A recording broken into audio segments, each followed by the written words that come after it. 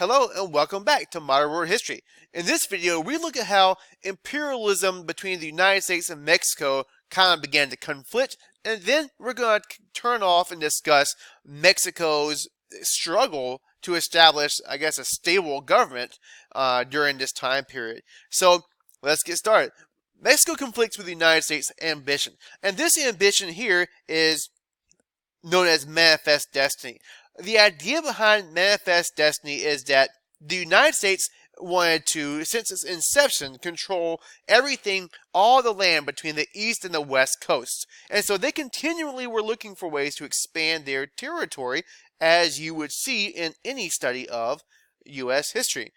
Mexico, however, was in control over Texas and much of what would become the western United States.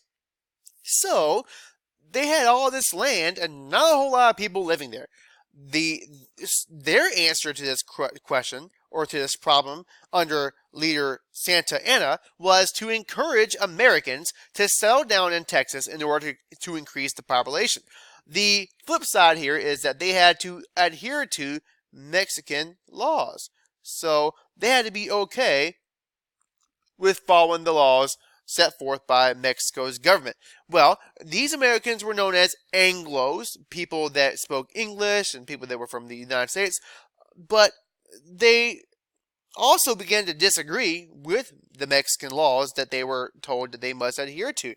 And so by 1835, Stephen Austin, you can imagine that Austin, Texas is named after this fellow, decides that they need to revolt against Mexican rule and fight for independence in Texas.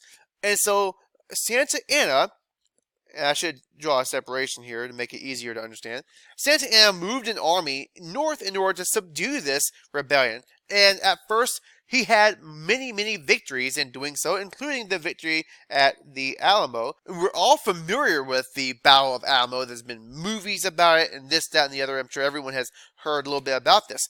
But later on, Santa Anna would be defeated at the Battle of San Jacinto. I hope I said that correctly. And Santa Anna was captured. He was, Sam Houston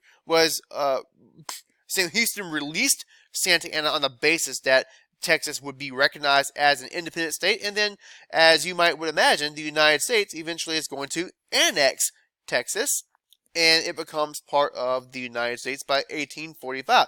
So, Santa Anna actually was ousted at this point. We're going to talk about it a little bit later. And he ends up coming back later on and reassuming power in Mexico. But here's the thing, is that Mexico, at the time that Texas was annexed by the United States, considers this to be an act of aggression. Using a conflict at the border, the United States invaded Mexico, and after a 2-year war, which was ended in 1848 by the Treaty of Guadalupe Hidalgo, Santa Anna ends up giving Texas, California, and most of the American Southwest to the United States as part of their territory. So you can see that the Manifest Destiny policy really did set the stage for American expansion to the West, and really was part of the plan of the United States to control that territory. Now, Benito Juarez was a reformer in Mexico. So at this point, we're going to kind of look away from how the Americans and Mexicans conflicted over Manifest Destiny, and look more so at the process by which Mexico would establish ultimately its constitution in 1917, and it would be a long path and a lot of fighting and gnashing of teeth, if you will. So Benito Juarez was a Oaxaca, I guess I'm saying that right. He was a Native American, more or less, that was born into poverty. And he ends up going to law school and serving in his hometown as a lawyer for the poor.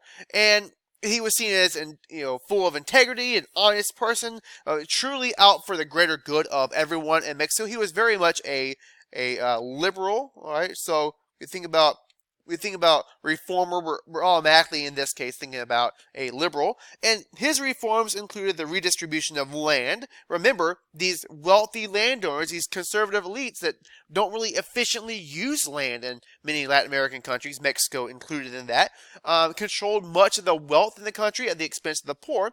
And so through land redistribution, the land could be used more efficiently. There could be perhaps down the road some kind of industrial progress.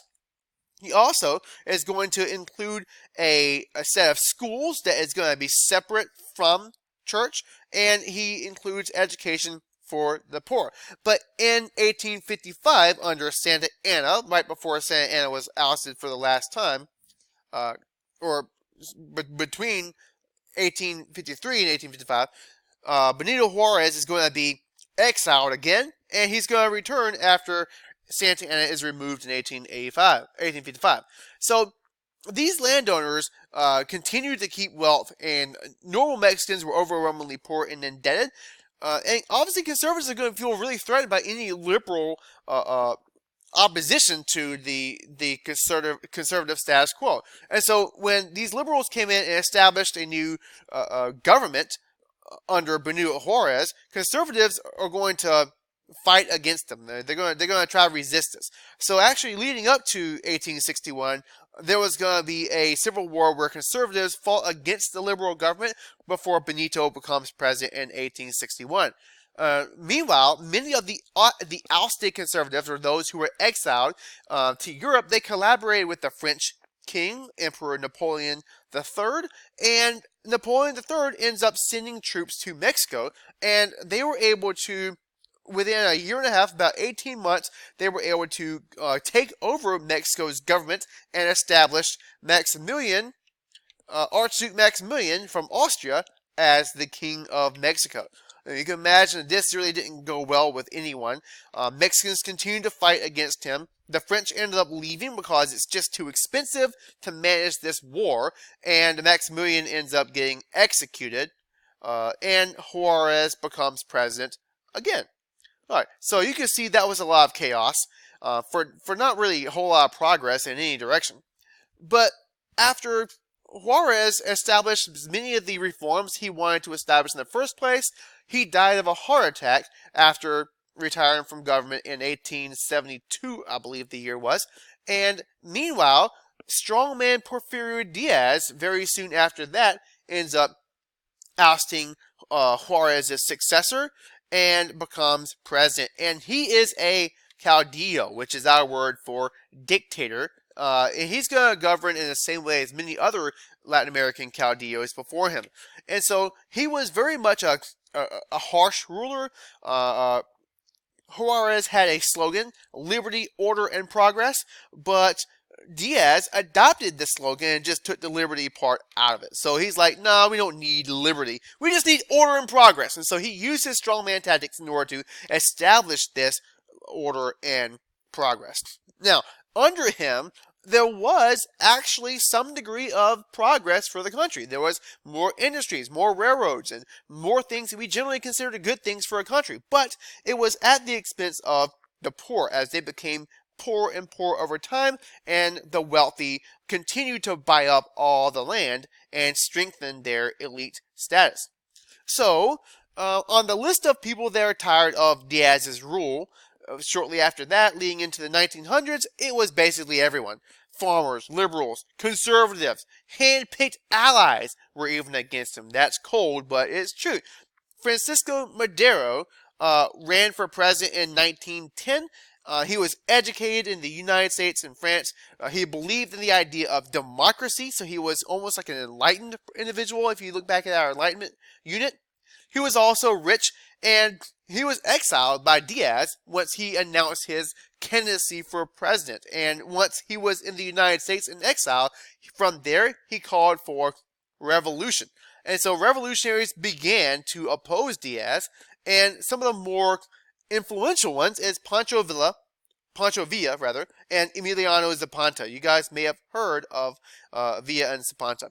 Alright, so Pancho Villa and Emiliano Zapata both came from very humble, poor beginnings, and Villa is known for his Robin Hood policy of taking from the rich and giving to the poor.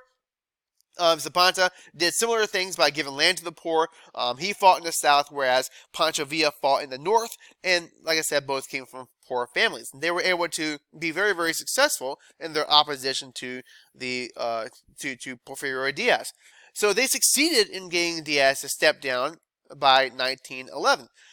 Problem is, Madero really didn't have anyone's approval. No one really liked him.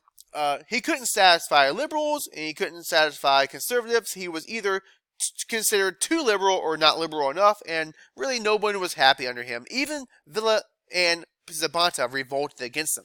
So by 1913, Madero resigned, and then the next guy, Victoriano Huerta, actually killed him, most likely. And so, now, if you follow my arrows here, Villa and Zapata went against the new guy, Victoriano Huerta, as well, and they supported another new candidate named Venustiano Carranza. And they combined their armies to defeat Huerta and enable Carranza to be president. Now, I know it's a lot to follow, but it actually gets even more crazy than that. Believe it or not, Carranza ends up turning on Villa and Zapata, and after killing Zapata, it ends this long period of basically Mexican Civil War that was taking place. Now, the thing is, Carranza did help to create a revised constitution for Mexico. He didn't really approve of the final draft here, but he died and it was drafted and created anyway, which really is truly a revolutionary document that kind of looked out for the rights of all people and favored, I guess, helping everyone rather than just maintaining a rich elite class. The next guy, whose name was Obregón, overthrew Carranza and supported the reforms of the new constitution. So even though this guy here comes to power through force, he did support the liberal reforms and followed out the constitution. And not so ironically, he was assassinated as well by 1928. Now, there's more that we could talk about, but we're going to end it there. And I know it seems kind of awkward, but something else is going on. If you look at the time period here, we have to talk about, in the next unit, the Great War. See you there.